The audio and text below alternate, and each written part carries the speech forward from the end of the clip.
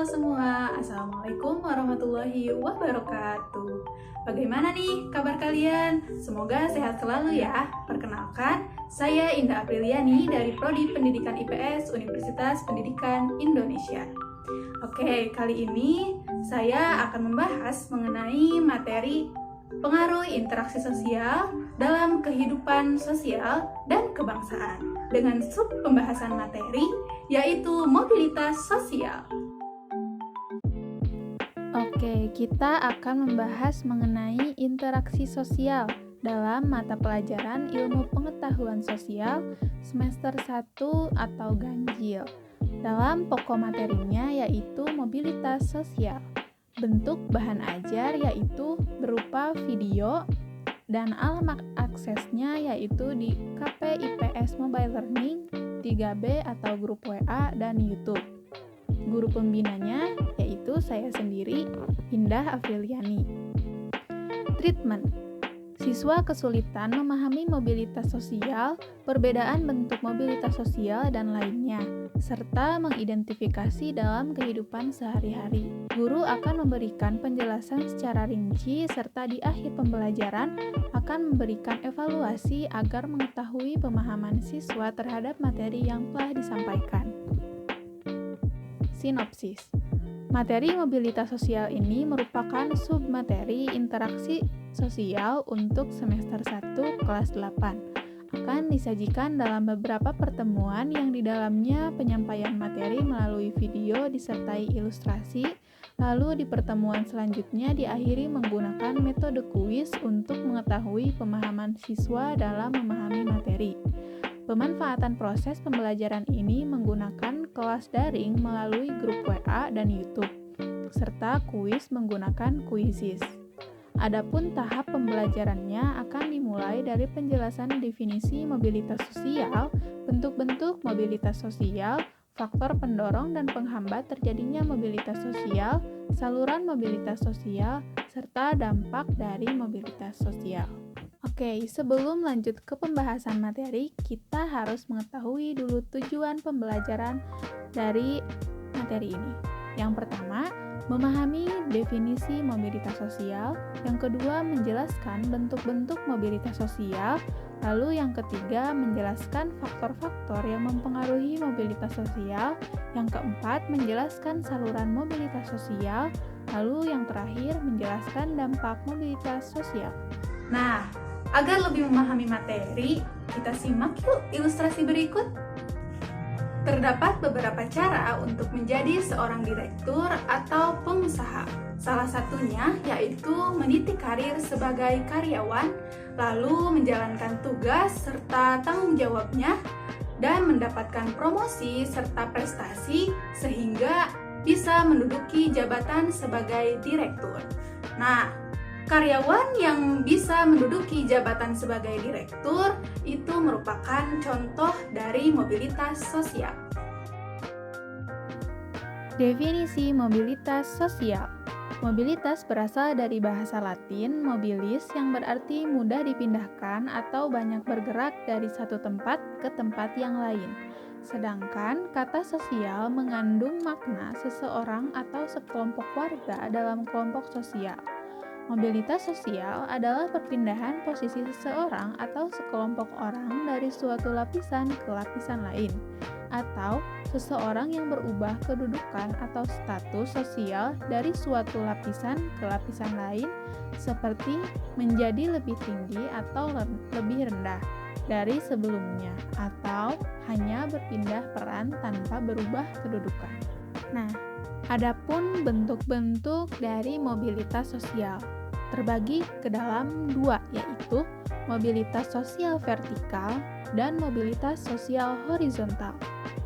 Mobilitas sosial vertikal adalah perpindahan seseorang atau kelompok dari suatu kedudukan sosial ke kedudukan sosial lain yang tidak sederajat, baik pindah ke tingkat yang lebih tinggi disebut social climbing maupun turun ke tingkat lebih rendah atau social sinking. Di sini ada contoh dari vertikal ke atas atau social climbing.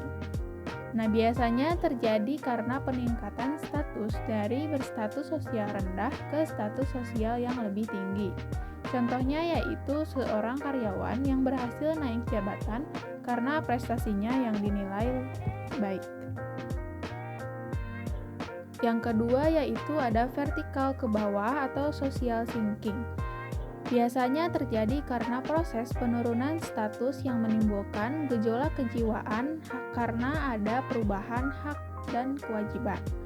Contohnya yaitu seorang pegawai yang diturunkan pangkatnya karena melanggar aturan. Nah, selanjutnya yaitu ada mobilitas sosial horizontal, yaitu perpindahan status sosial seseorang atau sekelompok orang dalam lapisan sosial yang sama. Tidak terjadi perubahan derajat atau kedudukan pada seseorang. Nah, contohnya itu ya orang kepala sekolah SMP A pindah ke sekolah lain di SMP B dengan jabatan yang sama yaitu sebagai kepala sekolah. Nah, adapun faktor-faktor pendorong mobilitas sosial. Yang pertama yaitu struktural. Contohnya, Presiden Indonesia berhasil mencapai status sosial yang tinggi berkat sistem demokrasi yang berlaku dalam politik di Indonesia. Dengan sistem demokrasi, setiap warga negara Indonesia dapat mencapai status sosial berupa jabatan politik yang tinggi. Nah, struktur masyarakat Indonesia ini sangat terbuka. Setiap individu dapat mengalami mobilitas sosial setinggi-tingginya.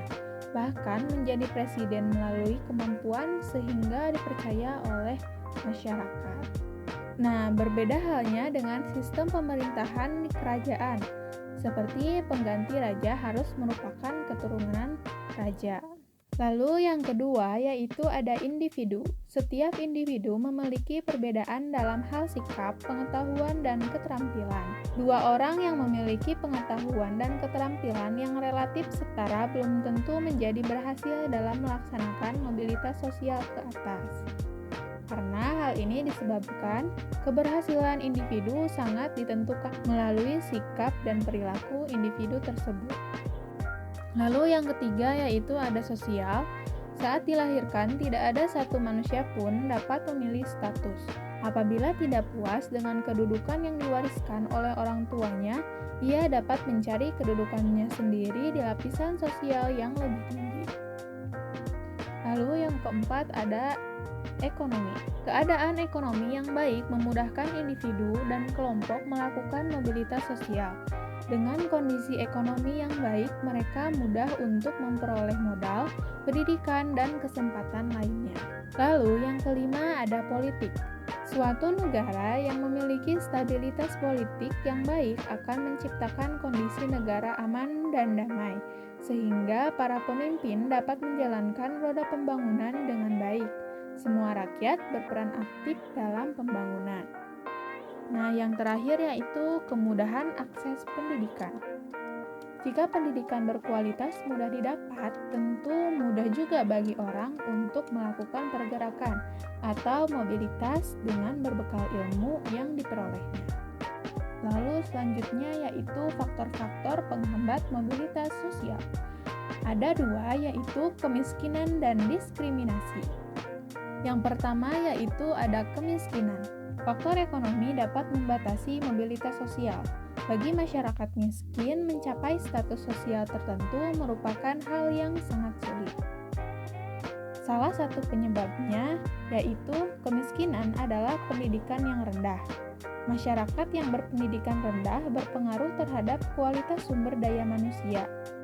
Akibatnya, tingkat kemudahan untuk mendapatkan pekerjaan sangatlah terbatas. Yang kedua yaitu diskriminasi. Diskriminasi berarti pembedaan perlakuan karena alasan perbedaan bangsa, suku, ras, agama, atau golongan.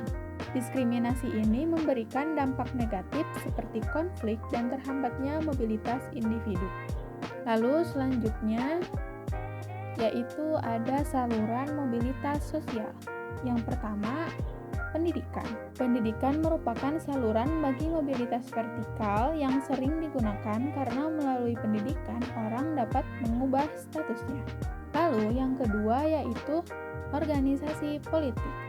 Seorang anggota partai politik yang profesional dan punya dedikasi tinggi kemungkinan besar akan cepat mendapatkan status yang lebih tinggi dalam partainya sampai akhirnya menjadi anggota dewan legislatif. Lalu yang ketiga yaitu organisasi ekonomi. Organisasi yang bergerak itu antara lain dalam bidang perusahaan ataupun jasa umumnya memberikan kesempatan seluas-luasnya bagi seseorang untuk mencapai mobilitas vertikal. Organisasi ekonomi itu antara lain yaitu koperasi dan badan usaha lainnya. Lalu yang keempat yaitu organisasi profesi atau keahlian. Organisasi profesi lainnya yang dapat dijadikan sebagai saluran mobilitas vertikal adalah contohnya Persatuan Guru Republik Indonesia atau PGRI, Ikatan Dokter Indonesia atau IDI, dan organisasi profesi lainnya. Lalu selanjutnya yaitu ada dampak mobilitas sosial yang terbagi menjadi dampak positif dan dampak negatif. Adapun dampak positifnya yaitu yang pertama mendorong individu lebih maju, yang kedua mempercepat perubahan sosial, yang ketiga meningkatkan interaksi sosial. Adapun dampak negatifnya yaitu yang pertama sering terjadinya konflik dan yang kedua gangguan psikologis. Nah, sekarang kalian boleh scan untuk mengikuti kuisnya. Tetap semangat ya!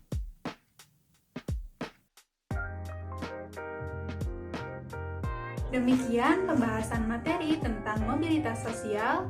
Sudah paham kan? Semoga kalian dapat memahaminya ya, dan bisa menambah ilmu serta wawasan kalian. Semoga kalian sehat selalu dan tetap semangat. Terima kasih banyak. Assalamualaikum warahmatullahi wabarakatuh.